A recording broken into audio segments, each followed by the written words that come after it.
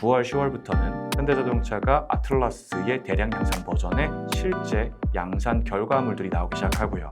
그것을 공장에 투입해서 공장에서 이 로봇의 기능 개선을 위한 실질 사용 데이터들이 발현하고 그것을 로봇 데이터 센터에서 훈련하는 과정이 발현될 거다라고 생각합니다.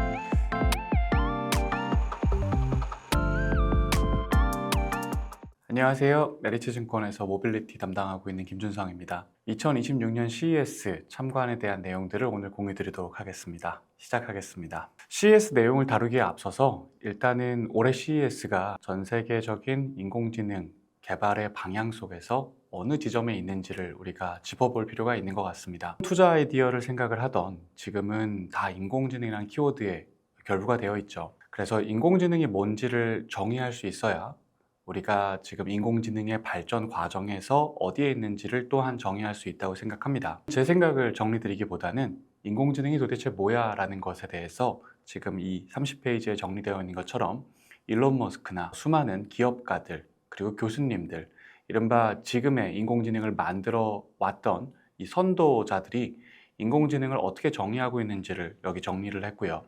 이분들이 생각하고 있는, 이분들이 만들고 싶어하는 인공지능은 제너럴 인텔리전스, 일반 인공지능이다 라고 끄집어낼 수가 있었습니다. 일반 인공지능이라는 것은 저 같은 인간, 그리고 이 영상을 보고 계신 여러분 같은 인간, 우리 인간들은 각자 잘하는 게 다르죠. 우리 인간이 할 수 있는 각각의 영역에서 가장 뛰어난 역량을 발휘하는 사람들이 있을 겁니다. 그 모든 것들을 융합해서 초월한 융합적 기능 구현이 인간 각각 개별 기능을 초월해서 구현되는 하나의 디바이스, 완성형 로봇이라고 정의를 하고 있습니다. 이 완성형 로봇을 향해 달려가는 이 선도자들, 이분들이 생각하는 미래로 가기 위해서 인공지능 투자가 3개의 단계를 거쳐가고 있다고 생각합니다. 일단 인프라 구축의 단계입니다. 지금도 그렇지만 작년, 재작년 굉장히 뜨거웠던 주식들을 보면 데이터 센터, 데이터 센터의 다른 표현은 AI 팩토리, 인공지능 모델을 만드는 공장이라고 볼 수가 있는데요. 우리가 인공지능이라는 것, 인간의 노동을 대신해서 구현하는 그것을 만들기 위해서 데이터 센터가 필요하다는 것은 투자자들의 상식이 되었고요.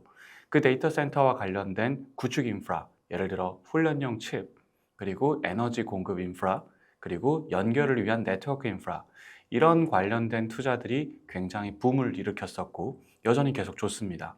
이것이 인공지능 모델을 만들기 위한 공장을 구축하는 인프라가 인공지능과 관련된 투자의 첫 번째 단계였다고 생각을 하고 있고요. 이제 2026년은 2단계로 넘어가는 초입이다 라고 생각을 합니다. 2단계는 공장에서 만들어진 인공지능 모델들이 세상 밖으로 나와 적용되는 상황이라고 생각을 합니다. 오늘 아마도 수십만 가지의 노동행위를 구가했을 겁니다. 잠깐 이렇게 머리를 긁적거리는 것도 간지러운 것을 간지럽지 않게 하기 위한 목적을 가진 물리적 행위, 노동이고요. 이 자리에서 영상을 촬영하기 위해서 밖에서 걸어 올라온 것 또한 노동입니다. 저도 마찬가지고 여러분도 마찬가지고 우리 인간은 참으로 많은 노동 행위들을 매일매일 수행하며 살고 있는데요. 그 노동들 하나하나, 개별적 노동 행위 하나하나를 내로우 인텔리전스라고 구분하는 정의를 따르고 있습니다. 제너럴 인텔리전스라는 것이 구분된 여러 가지 노동들을 저희 몸처럼 하나의 객체가 융합적으로 수행해낼 수 있는 것이다 라고 한다면 ANI는 그 중에 한 가지를 해낼 수 있는 것이라고 부릅니다. 이제 2026년은 앞서 말씀드렸던 1단계 AI 팩토리에서 만들어진 결과물들이 디바이스에 실려 하나의 개별 노동 행위들을 구현해 나가는 시작점이다 라고 생각을 하고 있고요. 그것을 구현하는 핵심 기능으로 3가지를 꼽고 있습니다. 저도 오늘 하루 종일 노동행위를 수행하기 위해서 기본이 되는 노동행위를 계속 근간에 깔아두고 있었습니다. 그게 이제 이동 능력이죠. 제가 여기 앞에 계신 직원분한테 제가 지금 방송 중인데 목이 말라서 물 좀 갖다 주십시오 라고 얘기하면 제가 명령어를 전달한 겁니다. 그 명령어를 이해하는 기능도 필요합니다. 그게 이제 우리가 언어 소통이라고 합니다. 이 언어 소통 능력에 근거하여 직원분께서 물을 가지러 갔다 오시는 것, 가는 길에 다른 직원분과 마주했을 때 좁은 골목길에서 충돌하지 않게 피해 주시고 앞에서 많은 어떤 작업들이 이루어지고 있으면 돌아갈 수 있고 이동에 대한 목적과 그 목적을 이루기 위한 유동적인 판단을 할 수 있는 게 자율 이동 능력이죠. 네, 그것도 하나의 기능일 거고요. 그리고 물 정수기 앞에 서서 컵을 들이밀어 컵을 구겨지지 않게 잘 잡고 이 컵에 물이 적당히 올라오면 이제 충분하다라고 생각해서 빼고, 이런 손가락을 이용한 것들이 제어죠. 네, 그래서 자율이동, 언어소통, 정밀제어, 이 세 가지 기능들이 우리 인간이 구가할 수 있는 수십만 가지 노동의 근간 기능이라고 생각하는데, 이런 것들이 개발이 되어서 요 각자의 기능을 갖고 ANI가 만들어지기도 하고, 이 각자의 기능들이 융합돼서 특정 개별 노동 행위를 대신하는 것들이 발현될 수 있는 해가 올해라고 생각을 합니다.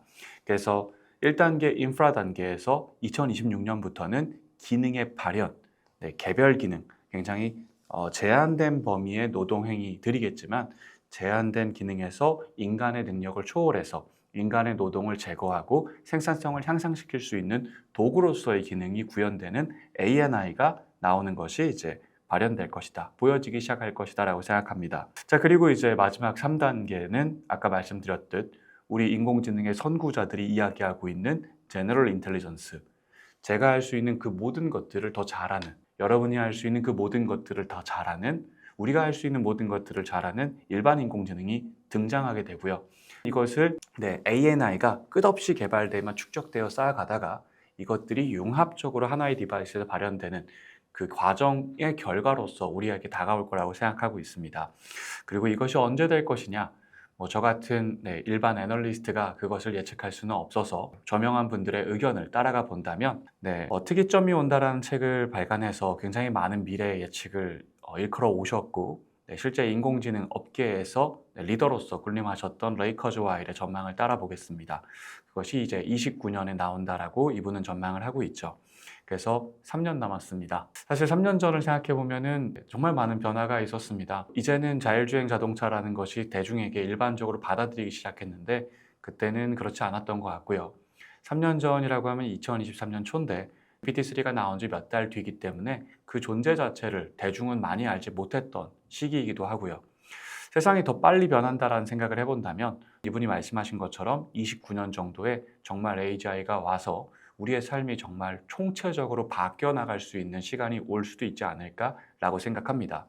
그리고 사실 완성은 투자적 관점에서 봤을 때는 종결의 의미를 갖고 있기 때문에 투자자 입장에서는 인프라가 끝나서 거기서 나온 모델들이 실생활에서 우리의 노동을 대신해주는 ANI의 시작 단계인 26년이 투자 의사결정에 중요한 시기가 될 거다라고 보고 있습니다. 그 맥락에서 이제 그 내용에 대해서 우리가 논해 볼 수 있겠습니다.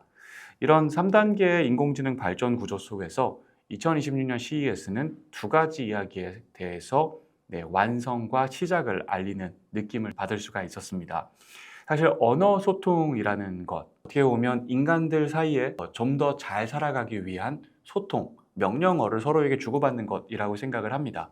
자, 이것이 대표적으로 우리한테 지금 잘 알려져 있는 것이 이미지, 텍스트, 비디오, 오디오 같은 인터넷상에 가득 쌓여 있었던 언어 소통 데이터를 통해 만들어진 라지 랭귀지 모델, LLM이죠. 여러분들 다 같이 요즘 제미나이나 챗GPT나 그록 같은 것들을 쓰고 있고 익숙해져 있습니다. 그래서 LLM은 이제 CES에 안 나옵니다. 너무 대중화되어 있으니까 언어 소통 능력은 완성되어 있다라고 우리가 생각할 수 있죠.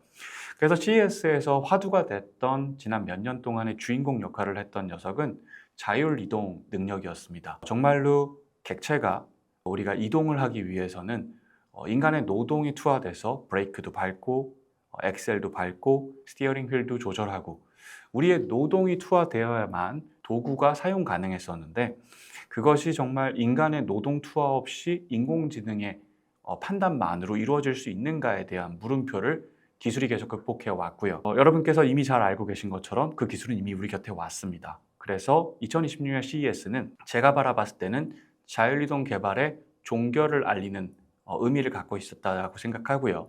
지난 10년 가까이 이 CES에서 터줏대감으로서 굉장히 큰 구성을 차지해 왔던 자율이동 개발과 관련된 이 밸류체인들이 조금 한켠 물러나는 모습을 볼 수가 있었습니다. CES는 잘 아시는 것처럼 2년, 3년 뒤의 미래를 다루는 행사거든요. 2년, 3년 뒤에 자율주행이라는 기술은 너무나 평이하고 대중화된 기술이 될 거기 때문에 이제 이 행사에서 졸업하는 느낌을 받을 수가 있었던 거죠. 그리고 그 자리를 메꾸기 위해서 부상하기 시작한 것이 바로 정밀 제어 능력이었습니다. 아까 말씀드렸듯 제가 이 마우스를 들어 올리기 위해서 이 손을 써서 정교하게 들어 올렸습니다. 미끄러지지 않게 제 머릿속에서는 이걸 들어 올리기 위해서는 내 손의 어느 접점에서 어느 강도로 잡아 어느 속도로 들어 올려야 될지를 계산하고 있습니다. 기능을 구현하기 위해서는 제 손바닥 위에 수많은 센서들이 작동을 하고 제 시각 정보를 전달하기 위한 눈이 센서로서 작동을 하고 눈의 정보와 손의 정보가 융합돼서 뇌 속에서 판단을 하여 조심스럽게 잘 들었다가 잘 놓을 수가 있는 거죠. 자, 그래서 이 손을 이용한 정밀 제어 능력 개발이 이제 작년 CES부터 휴머노이드라는 폼팩터를 갖고 우리에게 다가오기 시작했고 올해야말로 정말 만개하는 모습을 CES에서 보여줬던 것 같습니다.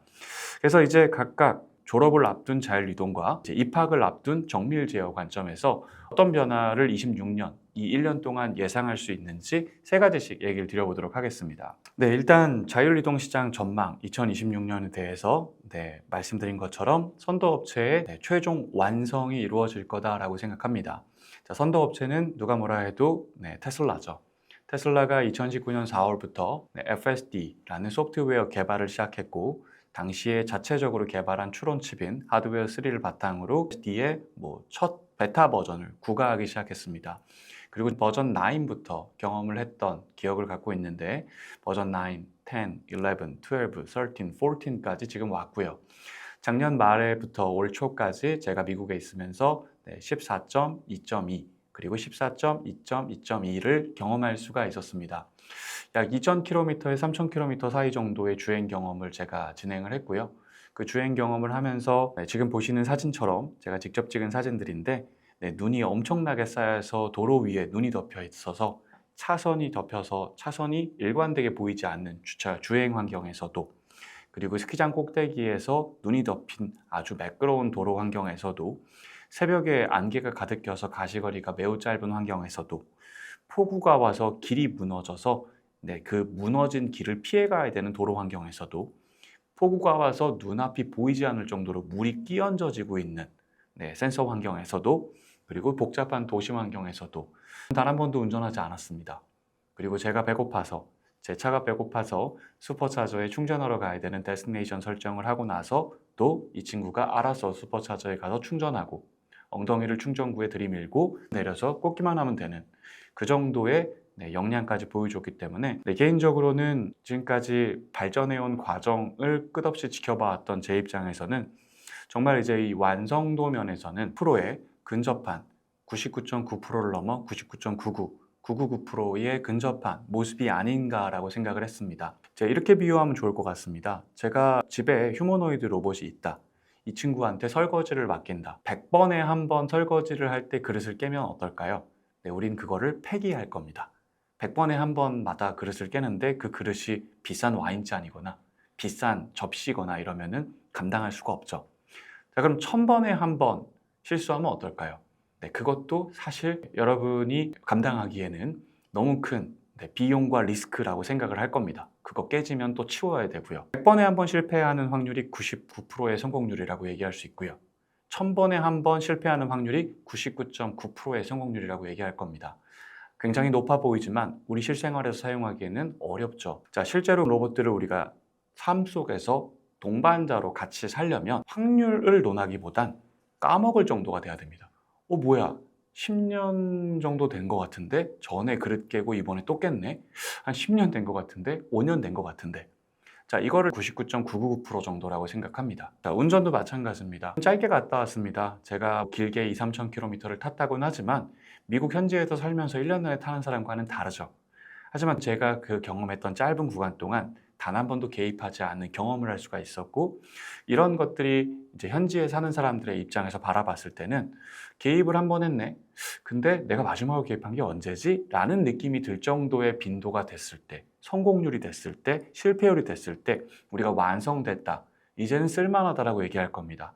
이번 경험을 통해 그것이 됐다라는 생각을 했고, 향후 V15까지 올라가면서 우리가 기다려왔던 Unsupervised FSD의 진행이 가능하고 모두가 공감하는, 대중이 공감하는 완성이 26년에 셋업이 될 거다라고 생각합니다. 이제 두 번째 자율이동 시장 전망을 드리겠습니다. 네, 당연하게도 기술이 완성됐으면 그 다음에는 규정이 따라줄 것이고요.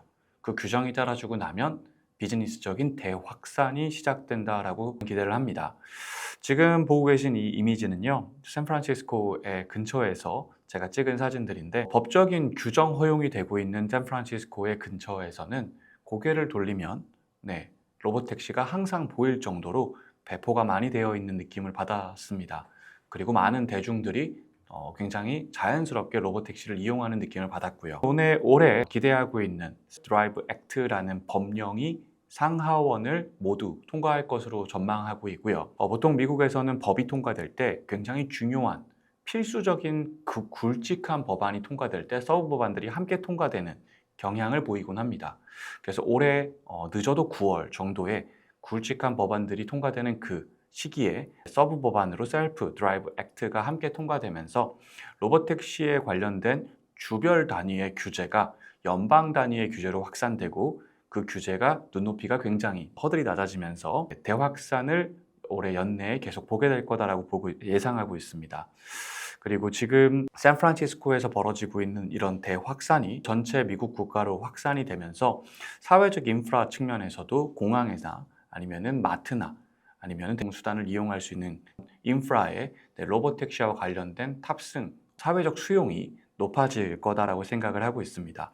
그리고 당연하게도 로봇택시를 진행함에 있어서 이동 서비스라는 것의 비즈니스적 가치에 대해서도 우리가 논하며 그 비즈니스적 가치를 발할 수 있는 기업들의 기업 가치 상승이 동반될 수 있다라고 생각을 하고 있습니다. 자, 그리고 세 번째 기대하는 거는 개발 기술의 대중화도 함께 주목을 받을 거다라고 생각합니다. 자율이동 시장의 이제 완성 단계에 이르는 2026년 초, 엔비디아는 알파마요라고 불리는 오픈소스 비전 랭귀지 액션 모델을 공개를 했습니다. 쉽게 얘기 드려보면 자율주행 시장이 이제 개화하기 때문에 이 기술을 함께 따라잡아야 되는 그 기술적 개발의 필요성이 있는 기업들이 상당히 많이 공존하는 지금입니다.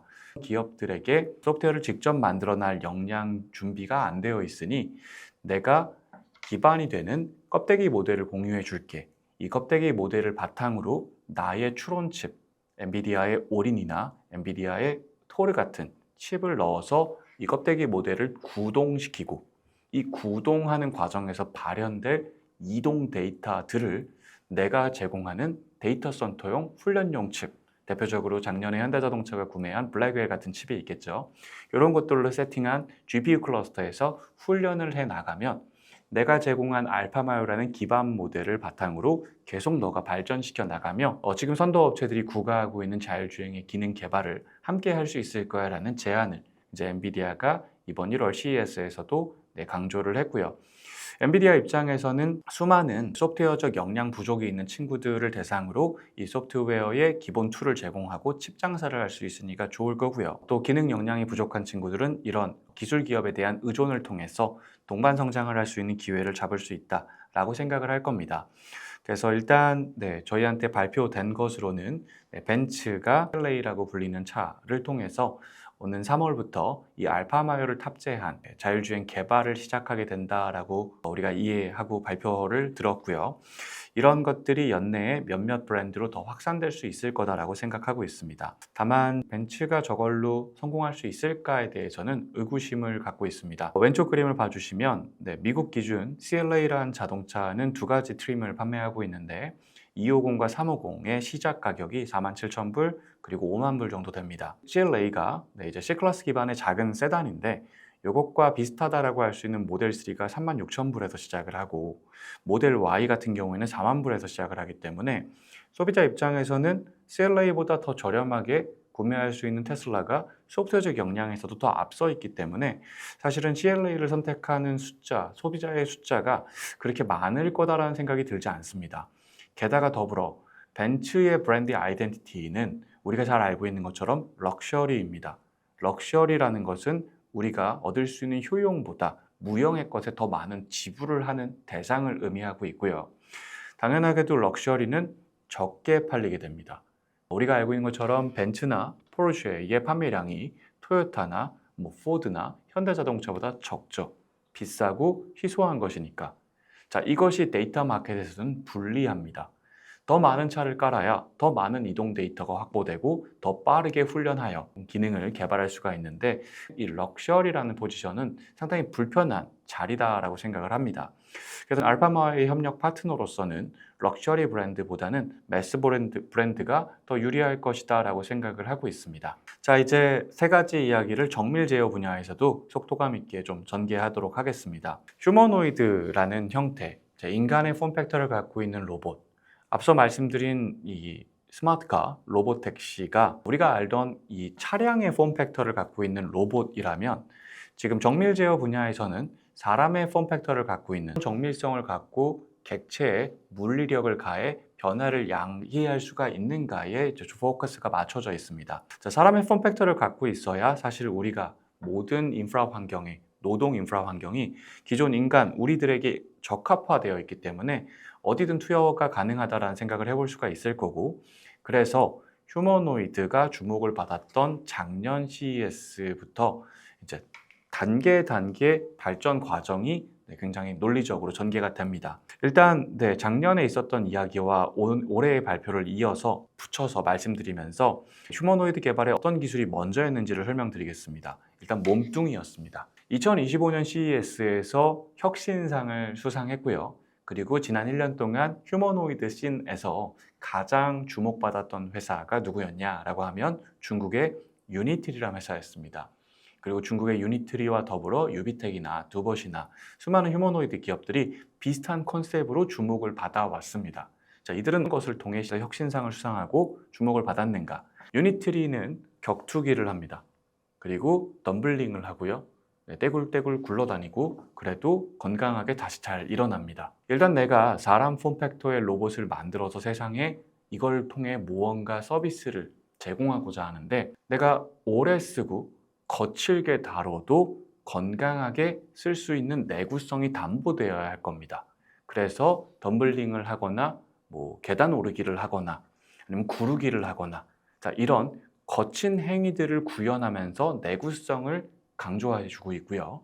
더불어서 그 내구성을 이루어야 되는 핵심 부품 역량은 일단 몸의 구현을 함에 있어서 우리 인간과 비슷한 자유도가 보장이 되어야 될 겁니다. 우리 인간도 목도 이렇게 360도 돌릴 수 있고 팔도 360도 돌릴 수 있고요. 하체에 있는 다리들은 선형으로 앞으로 나아갈 수 있게 세팅이 되어 있고요. 정밀한 제어가 필요한 손가락에도 수많은 자유도를 갖춘 손가락 관절들이 있습니다. 이 관절들을 여러 가지 액추에이터를 구동시키도록 붙여서 인간과 같은 유기적인 몸 동작이 나오면서도 굉장히 거친 노동을 반복해서 해도 무너지지 않고 내구성을 갖추고 오래 쓸 수 있는, 그걸 구가하는 것이 휴머노이드 개발의 당연히 시작점이 될 수밖에 없고요. 것들을 잘했던 회사가 주목받았던 것이 작년 CES였다고 본다면, 이제 2026년 CES에서 저가 느끼기에는 이런 기술은 상당히 평이해지고 대중화됐다라고 느꼈습니다. 유니트리뿐만 아니라 엔진 AI나 그리고 가전 회사인 심지어 하이센스 같은 회사조차도 굉장히 유기적이고 내구성 있는 몸의 거동 능력을 이번 CES에서 보여줬고요. 그래서 오히려 작년에 주목을 받았던 유니트리 같은 경우에는 거기서 더 발전된 모습을 보여주지 못하는 모습이었기 때문에 주목도가 상당히 떨어지는 느낌을 받았습니다. 자, 그리고 2026년 CES에서는 다음 단계의 기술에 더 많은 포커스를 갖게 됩니다. 자, 몸을 단단한 내구성을 갖췄고 인간과 유사한 유기적 이동 능력을 만들었으면, 자, 이걸 바탕으로 이제 손을 이용해 무언가 집어낼 수가 있어야 될 겁니다. 자, 그래서 이번 CES에서는 지금 이미지에서 보시는 것처럼 촉각 센서들을 가득 채운 이 손바닥, 그리고 굉장히 자유도를 높여서 다양한 정교한 손행위를 할 수 있도록 이 손가락의 개수 확장 등을 통해 누가 더 정밀한 제어가 가능한지에 대한 개발 역량 컴피티션이 붙었다라는 생각을 갖고 있고요. 이런 맥락에서 CES의 혁신상을 수상한 2026년 주인공은 싱가포르 베이스의 샤르파라는 로봇이었습니다. 간단하게 에피소드와 기능을 말씀드려보면 왼쪽 그림인데요. 샤르파의 로봇이 이제 가운데에 있고요. 왼쪽에 보시면은 종이 바람개비가 있습니다. 이 종이 바람개비를 만들기 위해서는 종이를 다룰 수가 있어야 될 거고, 종이에 핀을 꽂을 수 있어야 될 거고, 그 핀을 꽂은 거 위에 뚜껑을 덮을 수 있어야 되고, 여기에 막대기를 꽂을 수 있어야 됩니다. 간단해 보이는 이 종이 바람개비 접기는 회사의 설명에 따르면 33개의 독립된 손가락 제어 동작을 통해서 독립된 33개의 연속된 행위 제어를 통해서 이루어질 수 있다라고 설명을 하고 있고요. 이것을 성공함으로써, 이것을 구동함으로써 2026년 CES에서 주목하고 있는 몸뚱이를 넘어 손 제어의 핵심 기술을 너가 제일 잘 구현했다는 취지에서 상을 받았다라고 생각을 합니다. 이런 손동작의 개발에 넘어서 이제 하반기가 되면은 이제 뇌의 개발과 발의 개발까지 융합될 거다라고 생각합니다. 이것이 제가 정밀 제어 시장에 대한 세 번째 전망입니다. 단단한 몸을 구가했고, 그리고 이제 손 개발을 하고 있죠. 그 다음에는 뭘 해야 될까요? 아까 제가 예를 들었던 것처럼 물 좀 갖다 주세요 라고 했을 때 자유롭게 판단하여 자율적으로 이동할 수 있는 이동 능력의 융합이 되어야 될 겁니다. 내 몸을 잘 관리하고, 내 손을 정밀하게 관리하고, 내 다리를 자율적으로 능동적으로 관리하는 것을 통합해서 관리하는 건 또 뇌겠죠. 그래서 인지 정보를 바탕으로 제 뇌가 판단하고 이 손과 발의 명령을 내려서 움직일 수 있는 인공지능의 발전을 우리가 하반기에 보게 될 거다라고 생각을 합니다. 그리고 이 같은 맥락에서 지금 말씀드린 자율 이동 능력의 발전, 그리고 정밀 제어 능력의 발전 관점에서 이번 CES의 화두를 하나의 키워드로 얘기 드린다면 Car to Robot이었다고 생각합니다. 기존에 우리가 차량 제조 및 판매 비즈니스에 있었던 수많은 친구들, 현대자동차처럼 차를 판매하고 제조하던 친구들도 그렇고, 부품을 만들어서 공급하던 친구들도 그렇고, 센서를 만들던 친구들도, 클라우드 서비스를 제공하던 친구들도, 컴퓨팅 플랫폼을 공급하던 친구들도 모두 다 한마디 이구동성으로 Car to Robot, 내가 기존 차량 비즈니스에서 이제는 자동차처럼 생긴 로봇, 사람처럼 생긴 로봇, 인간의 노동을 대체할 수 있는 로봇으로 비즈니스를 확장한다라는 선언들을 했고, 이 맥락에서 누군가 정말로 실체가 있는 친구가 기업 가치 부양이 가능하다라는 시장의 관심 속 지금 현대기아 자동차 업종, 국내 자동차 업종의 주가 상승이 만들어지고 있다고 보고 있습니다. 올해 이제 크게 세 가지 이벤트에 주목을 합니다. 원래는 네 가지 이벤트에 주목한다라고 작년 이제 11월에 발간했던 인덱스 보고서, 12월에 발간했던 인덱스 보고서에서 말씀을 드렸는데, 그 네 가지 중에 한 가지인 CES가 지나갔으니 이제 남은 세 가지에 주목을 하겠습니다. 개인적으로 제가 지난 5년 동안 현대자동차 그룹, 현대차, 기아, 개별 기업들에 대해서 걱정이 참 많았습니다. 그래서 애널리스트 입장에서는 배어한 뷰들, 미래가 가까워질수록, 미래가 현실이 될수록 이런 미래 기술에 대한 준비가 부족한 기업들은 밸류에이션 디레이팅을 당할 수밖에 없다. 현대기아가 준비하고 있는 것을 공개하고 있는 것이 마땅치 않으니 당연하게도 디레이팅이 이어질 거다라는 콜을 드려왔었는데요. 작년 10월 말에 엔비디아의 GPU 5만 장 구매 계약을 한 걸 보고 다음 수, 그 다음 수, 그 다음 수까지 보였던 상황이었기 때문에 5년 만에 바이 의견으로 업그레이드를 했고, 그것이 이제 CES라는 행사를 통해서 주가 상승으로 귀결이 되는 모습을 지금 연초에 여러분께서는 보시고 있습니다. 그 다음 이벤트를 3, 4월에 있을 개발자 포럼 또는 기아의 인베스터 데이라고 생각을 하고 있습니다. CES라는 행사가 휴머노이드 폼팩터의 로봇에 대한 기술 구체화의 자리였다라고 한다면 3, 4월에 있을 개발자 포럼이나 기아의 인베스터 데이 같은 경우에는 자율주행과 관련된 자동차 폼팩터의 로봇에 대한 구체화된 진전을 공유할 거다라고 생각을 합니다. CES에서 내용을 잠깐 보면 현대자동차가 이렇게 이야기를 했죠. 저희는 휴머노이드를 대량 양산을 시작합니다. 그것을 대량 양산하여 공장에 투여하여 데이터를 모아 발전시킬 겁니다. 그 과정에서 휴머노이드 로봇 아틀라스에 들어가는 컴퓨터는, 이 소프트웨어를 다룰 추론 컴퓨터는 엔비디아의 제슨 오린이라는 컴퓨터를 넣을 겁니다 라고 왼쪽 그림에서 발표를 했고요. 3, 4월 이후에 현대자동차가 이야기할 내용은 칩은 아마도 엔비디아의 칩을 쓰지 않을까 생각합니다. 왜냐하면 엔비디아의 칩의 발전사를 보면 2016년에 로봇 전용 칩으로, 이 로봇에 들어가는 추론용 칩으로 PX2라는 컴퓨터를 처음 만들었었고, 그걸 테슬라가 사용했었고요. 그 다음에 나온 칩이 자비에라는 칩이었는데 요거를 이제 두 번째로 테슬라에 이어서 두 번째로 쓴 플레이어가 그 유명한 샤오펑이었고요. 지금은 이제 중국에 있는 수많은 친구들이 엔비디아의 이 추론 칩들을 활용해서 스마트카를 구가하고 있는데요. 같은 맥락에서 검증이 되고 효율적으로 구매 가능한 엔비디아의 칩을 자동차 폼팩터의 로봇에도 쓴다는 발표를 할 걸로 전망을 하고 있고요. 더 나아가 이제 소프트웨어 쪽에서는 의외의 발표가 있을 수 있다는 기대를 하고 있습니다. 아까 알파마요라는 오픈소스 모델을 이야기 드리기도 했고요. 그 밖에도 다양한 이제 오픈소스 협력이 가능한 모델들이 공존을 할 텐데요. 현대자동차가 작년에 얘기했던 이야기를 주목하고 기억하고 있습니다. 현대자동차는 자율주행 자동차, 자동차 폼팩터의 로봇에서는 아마도 휴머노이드와는 달리 자체 개발 모델을 사용할 개연성이 높다고 생각합니다. 우리가 그것을 아트리아 AI라고 이름을 들었고요. 현대자동차의 42.이 지난 5년 동안 개발을 이어와서 완성한 기술 두 가지가 이런 소프트웨어가 구동될 수 있는 고성능 추론 칩이 작동할 수 있는 제어 구조, 운영 체제. 자, 우리가 이것을 일컬어서 SDB라고 이야기를 하죠. 쉽게 얘기하면 모토로라가 피처폰 시대의 강자였는데 스마트폰이 나왔을 때 다들 퀄컴의 AP를 이 폰에다가 넣어서 카카오톡 같은 소프트웨어를 돌렸잖아요. 그 맥락에서 모토로라한테 우리가 질문했었습니다. 너는 왜 퀄컴의 AP 안 꽂아? 자, 안 꽂는 게 아니라 못 꽂는 거죠. 그걸 꽂아서 소프트웨어를 구동시킬 수 있는 제어 구조를 완성해 놓지 못했으니까. 자동차도 똑같습니다. 제어 구조를 완성해 놨을 때 우리가 SDB를 구축했다라고 얘기하는데 현대자동차는 SDB를 구축을 했고 그 구축한 SDB를 바탕으로 한 38대 정도의 테스트 플릿을 돌리면서 기반 모델을 완성해 왔었고요.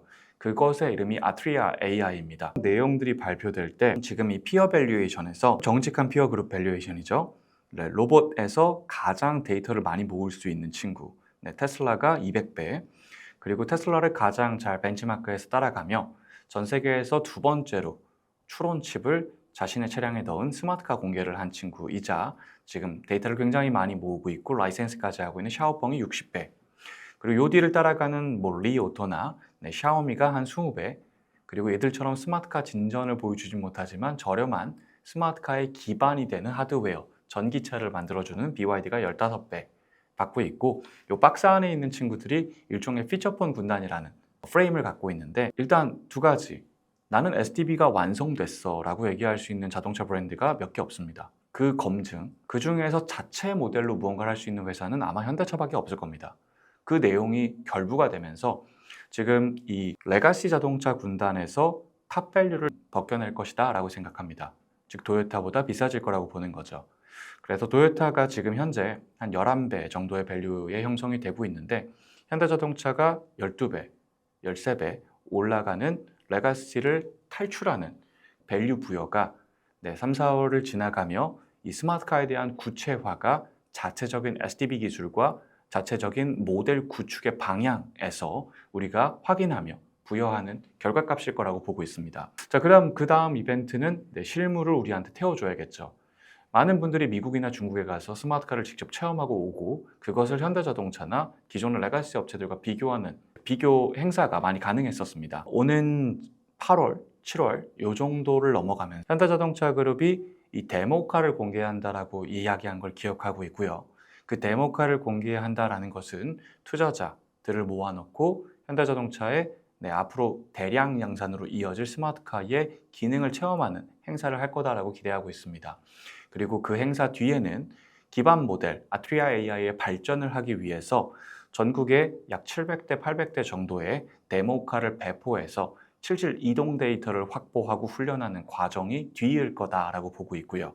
작년에 계약했던 블랙엘 5만 장이라는 데이터 센터용 훈련용 칩의 장착 또한 요 시기 정말로 많은 플릿을 통해 데이터가 들어올 수 있는 그 자리에서 같이 디플로이가 되면서 훈련과 데이터 확보에 이 루프가 형성되는 확인을 우리가 늦여름쯤에 하지 않을까라고 생각하고 있습니다.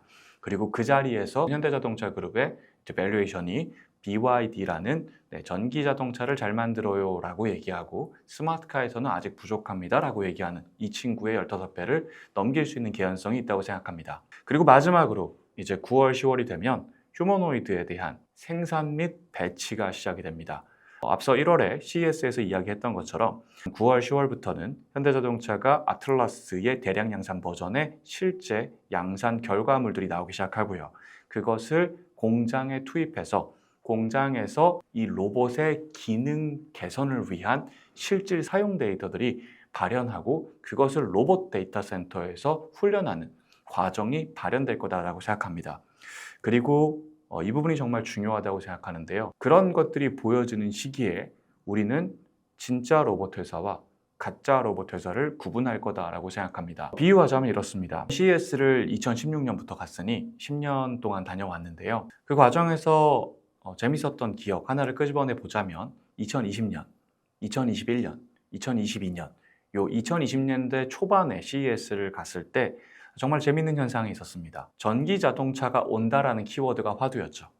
그래서 양극재 회사, 음극재 회사, 분리막 회사 또는 충전기 회사 그리고 심지어는 베트남의 전기차 회사까지 나와서 전기차 시대가 오는 거 아시잖아요.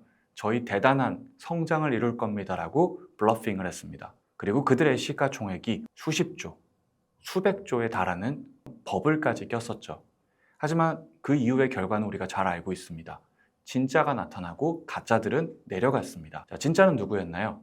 전기차 시대가 온 게 아니죠. 전기 배터리를 담아서 그 많은 전기 에너지를 이동에도 쓰고 그리고 추론을 위한 컴퓨터에도 배정하여 스마트카로 넘어갈 수 있었던 중국과 테슬라가 결국은 전기차가 온다라는 키워드의 대장님, 진짜 성공한 회사들로 자리 잡았고 그렇지 못한 회사들의 밸류체인이 무너져 내렸죠.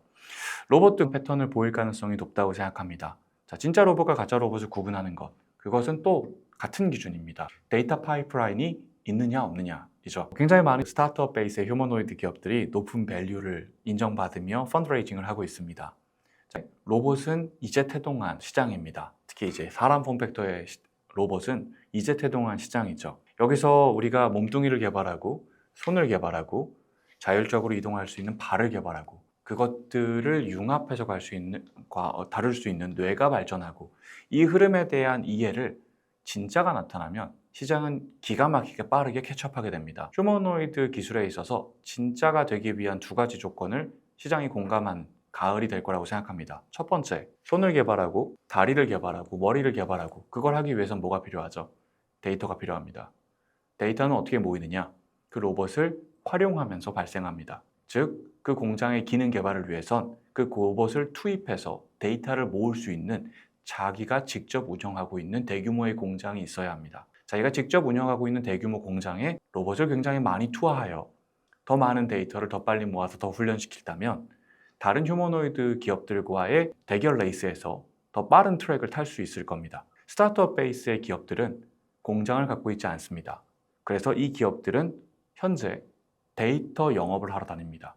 안녕하세요. 피규어의 대표이사입니다. 안녕하세요. 원엑스의 대표이사입니다. 당신 공장에 우리 로봇을 넣을 수 있겠습니까? 지금 당장은 할 줄 아는 게 없어서 큰 도움이 안 되겠지만 우리가 당신 공장에서 기능 개발을 하여 당신 공장의 생산 라인에 향후에 발전된 기능을 훈련된 이 로봇을 넣을 수 있다면 당신의 원가 절감에 향후에 결국 기여하게 될 거고 우리가 그것을 저렴하게 공급할 수 있습니다. 정확하게 자세하게는 제가 모르겠지만 공장을 확보하기 위해 이런 식의 대화를 나눴을 상상도 해볼 수 있습니다. 원엑스 같은 기업은 지금 한 달에 500불 정도를 내면은 로봇을 집에 배상해 줍니다. 자, 그러면 얼리 어답터들이 이걸 받겠죠.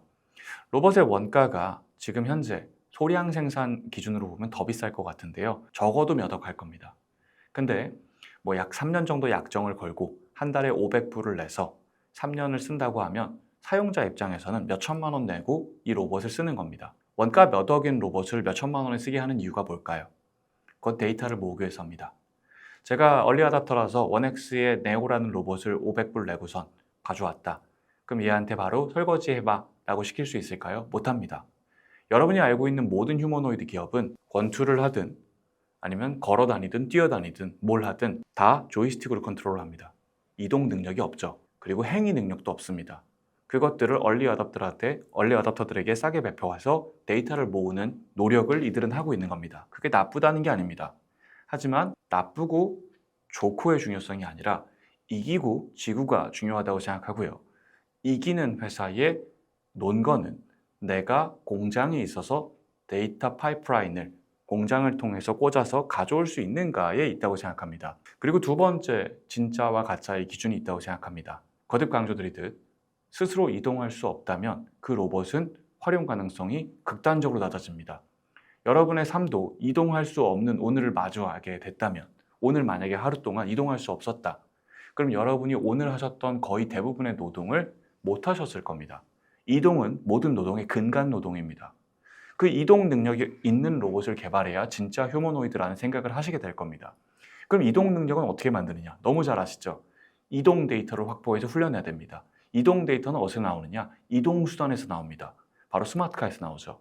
자, 그러면 스마트카 비즈니스를 하고 있어 이동 데이터가 들어오는 파이프라인이 있고, 내가 공장에 있어서 인간 폼팩터의 로봇을 꽂아 넣어 대량으로 꽂아 넣어 대량의 데이터를 확보하고 훈련할 수 있고, 이 두 가지 기준을 맞추는 회사가 누굴까라고 한다면 그거는 세 개밖에 없습니다. 현재 테슬라, 샤오펑, 현대자동차 그룹, 그리고 아마도 근시일 내에 샤오미가 여기에 조인을 할 거다라고 생각을 합니다. 그래서 현대자동차 그룹의 주가 방향에 대해서 한마디로 정의해 본다면 좋습니다. 올해는 허니문입니다. 달달한 거죠. 뭐가 달달한데? 여러분이 신혼입니다. 결혼을 하셨는데 현실적 제약들이 눈에 보이지 않죠. 일단 지금 그냥 마냥 좋은 단계입니다. 근데 예를 들어 갑자기 현실적 숫자 노름이 들어오기 시작한다. 월급을 받지 못하게 된다거나 직업을 잃는다거나 것들이 삶 속으로 들어오기 시작하면 허니문이 이어지기 어려울 겁니다. 일단 이런 맥락에서 올해 현대자동차 그룹, 그 자동차 업종의 실적 방향이 불편하지가 않습니다. 왜냐하면 우리는 작년에 25%의 관세를 8달 동안 부과받았거든요. 현대차 기준으로 25% 관세 8달을 맞은 비용을 15% 관세 12달을 맞을 수 있는 올해와 비교한다면 적어도 한 2조 정도의 이익 개선 효과가 있다고 생각합니다.